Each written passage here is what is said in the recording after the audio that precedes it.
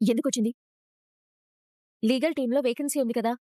ఆ పోస్ట్‌కి ఈ అమ్మాయిని అపాయింట్ చేయాలనుకుంటున్నాను. ఎవరినడిగి నువ్వు తనని అపాయింట్ చేస్తావు?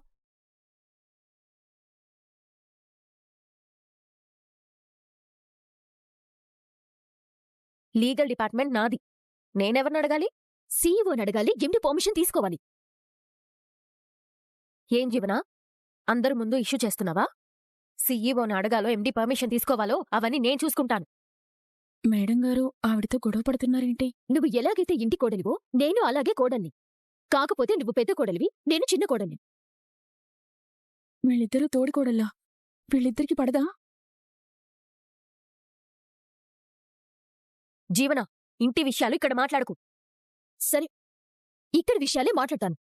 బావగారు ఈ పోస్టుకి అలేఖ్యని తీసుకుంటానని మాటిచ్చారు కదా? ఆ విషయం నాతో కూడా చెప్పారు. అంటే బావగారు మాటిచ్చారని తెలిసే నువ్వు ఈ అమ్మాయిని తీసుకొచ్చావా?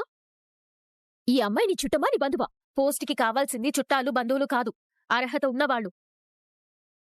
ఈ పోస్ట్‌కి కావాల్సిన అర్హత అలక్య కంటే తనకే ఉంది. నేనొప్పుకోను. ఇది నా డెసిషన్.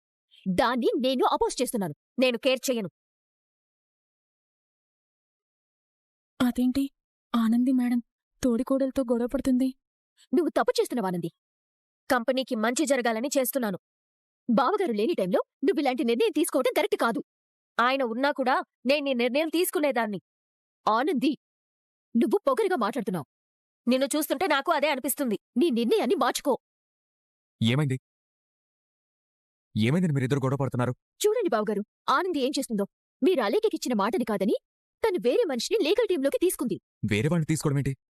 మనం ఆల్రెడీ అలికేని అనుకున్నాం కదా.